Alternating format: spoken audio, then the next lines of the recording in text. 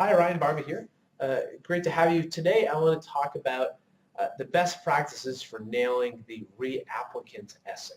Right? So this is the essay that most schools will allow you to write if you're reapplying to their program because you were waitlisted or dinged the year before. Uh, I'm asked sometimes, whether it's even worth applying to a program that you were rejected from a year ago, 2 years ago. I'd say if you're only reapplying once, uh, I think it's absolutely worth it if you're really interested in that program. I know when I was working in admissions at Cornell and Keenan Feigler, I looked very kindly on reapplicants because when I saw that an applicant was reapplying to our program, it basically said to me, this candidate could have gone to business school somewhere else to a lower ranked or a less prestigious program, but instead of settling for something ranked not as well or a less quality program, they decided to hang on for another year, work really hard, and reapply to schools that they're genuinely interested in. It also showed that they were really interested in my program, in Cornell or Keenan Feigler, if they were applying again after being rejected or waitlisted the first time. So I'd say it's perfectly okay to reapply once. I think if you're rejected twice, maybe you need to read the writing on the wall and they just don't see you as a very good fit. But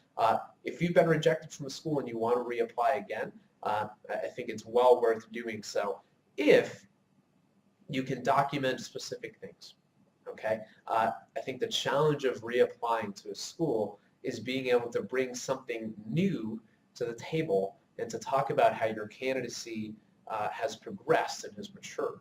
So that's the main goal of the reapplicant essay, is to talk about what's new, what's changed, that you're not just the same guy or girl who applied last year, but you have something new to bring to the table. You've sharpened or strengthened or increased the quality of your candidacy in some way.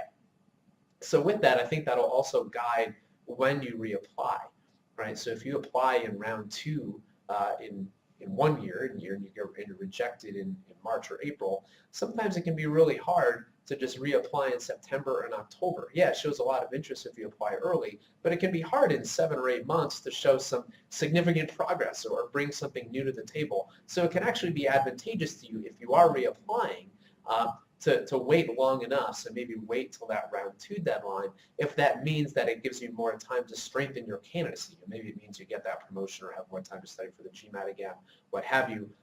Take the time that you need to reapply stronger as a stronger candidate, because it'll only serve you, and it'll certainly serve you better than trying to apply earlier with a less quality candidacy.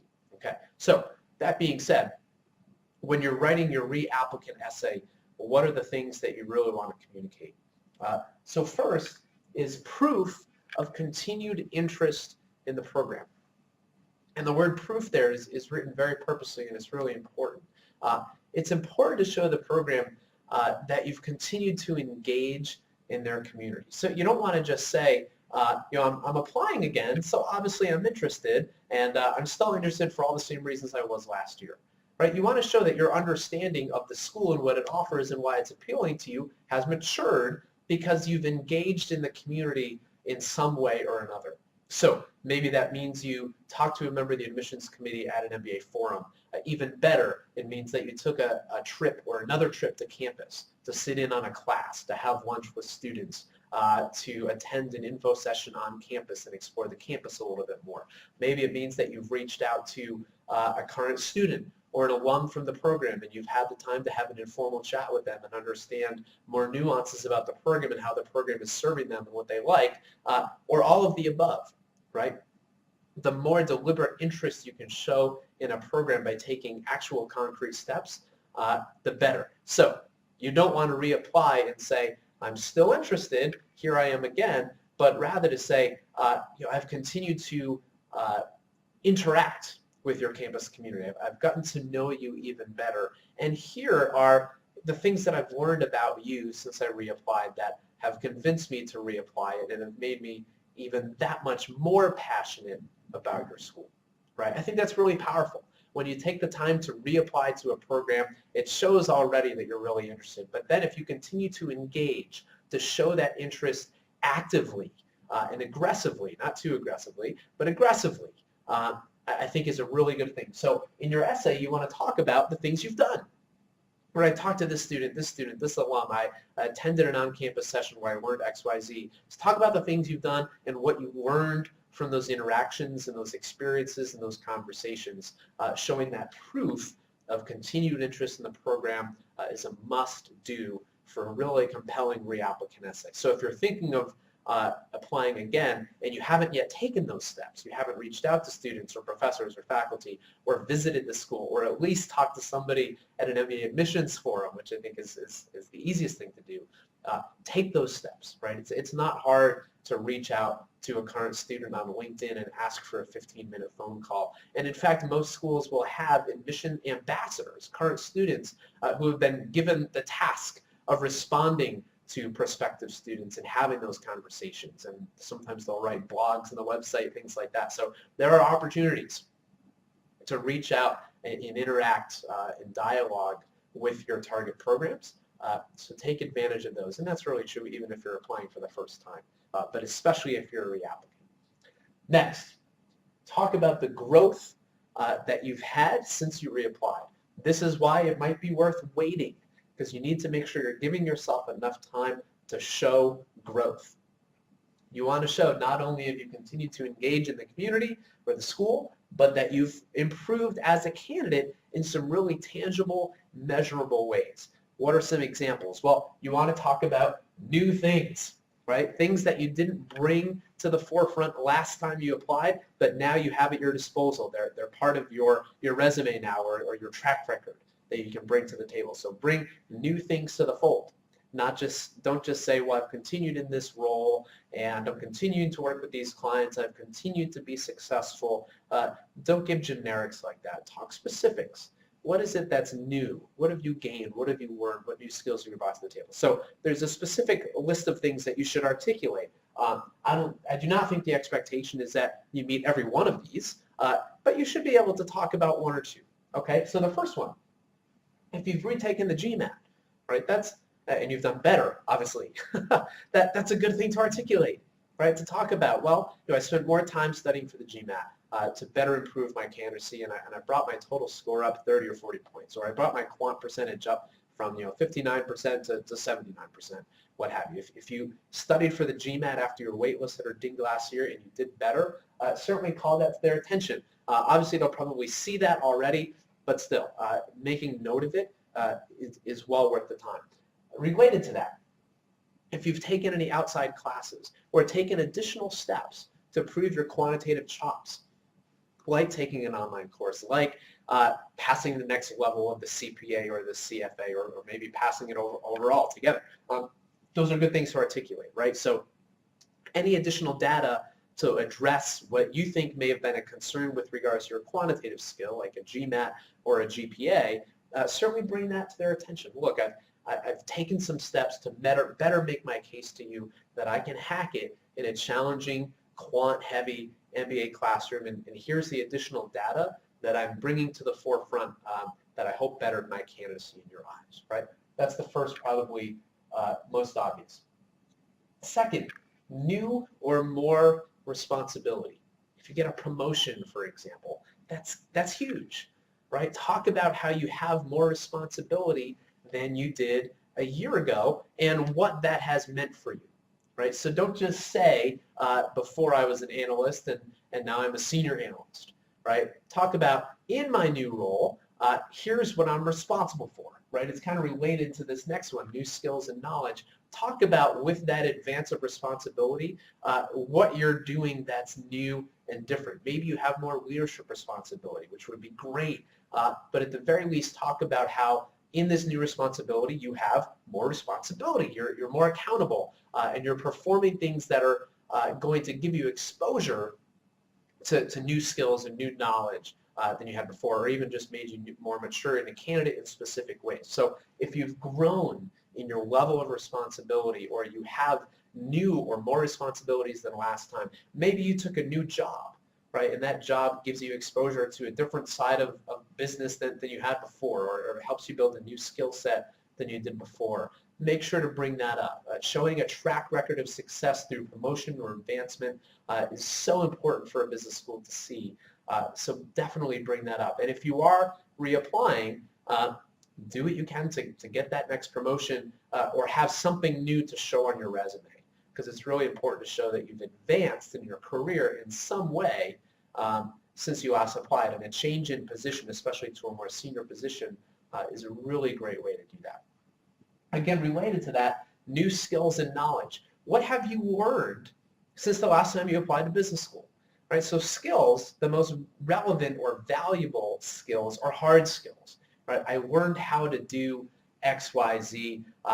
That requires some type of know-how, right? So I learned how to conduct this type of statistical analysis, or I learned how to do social media marketing, or even non-business skills that are still applicable to an MBA classroom. What are those hard skills, those concepts that you've learned that you can demonstrate consistently that will enable you to be successful as an MBA applicant and then post-MBA job applicant? Okay, so the new skills. And then new knowledge is knowledge of something. A skill is you know how to do something. A knowledge is you're more familiar of a particular concept or how things work, right? So I've furthered my understanding of how things work in healthcare, or I have a better understanding of trends going on in this industry, or I've gained experience and now have more knowledge of what it's like to do business in the APAC region, which is something I didn't have before, right? You're thinking about this in terms of what is the value that you have to bring to an MBA classroom, right? What is it that you have to bring that you can raise your hand and contribute in class because you have something, you know something, you have a skill. What is something you can contribute to a small group project or a club or organization on campus? Anything that's new from the last time you applied, more new skills or knowledge, or skills that you've refined, or knowledge that you've refined or taken deeper since the last time you applied.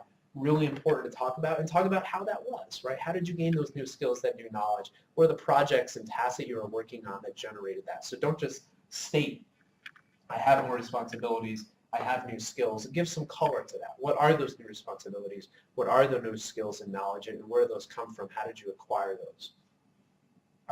Next, just generically new valuable experiences, right? Again, very related to new skills and knowledge, but what are those new experiences that you've had that maybe have changed your perspective or helped you grow or mature as a person? Did you take a month off and go help the poor people in Africa? Did you gain global exposure or more experience working with people from global cultures? Did you work with somebody or attain a mentor who has taught you some valuable things and has progressed your skills, knowledge, or know-how, what have you, in different ways? Have you taken on more responsibility in an outside organization and improves your leadership capabilities, right? That's a new skill that came from a new valuable experience, right? So this is meant to be kind of a catch-all of other experiences that you've had that, again, make you more valuable as a candidate. And then finally, your refined clarity and awareness, right? So maybe last year you applied with a particular career goal, and this year that career goal has been sharpened. How did that new clarity come to mind? So a great thing to do, for example, if you were given feedback from the school, or if you have a hunch that your career goals were kind of generic last year, now's the time to talk about how you've refined your career goal and how you've learned more about it. And a great way to do that is to reach out to people who are in that position already. So if you want to go into consulting, it's really great to step up and say, I've gained a really better understanding of the type of consulting I want to do, and I've talked to 3 people who work at Bain, McKinsey, BCG, Deloitte, Accenture, PwC, whatever, right? Talking about the interactions you've had and the deeper clarity that you have now and how that's inspired your clearer career goals is really important. What you don't want to do is completely mix things up completely. Right? You don't want to say, well, last year I wanted to go into consulting, this year I want to go into investment banking. That's not a good move because it shows inconsistency. It shows that you really weren't that focused the first time. It shows kind of a fickleness that you're willing to kind of hop from one thing to another, and it raises a concern that, well, maybe this candidate is just trying to tell us what we want to hear. Right? Maybe last year's goal wasn't as MBA friendly, and so now he's trying to just say what he thinks we want to hear or she thinks we want to hear. Don't do that. It's great to refine and say, I have more awareness of what it really takes to succeed in this type of role, but don't completely change your mind and reverse course. Remember that an MBA admissions committee is really concerned with your ability to contribute to the campus.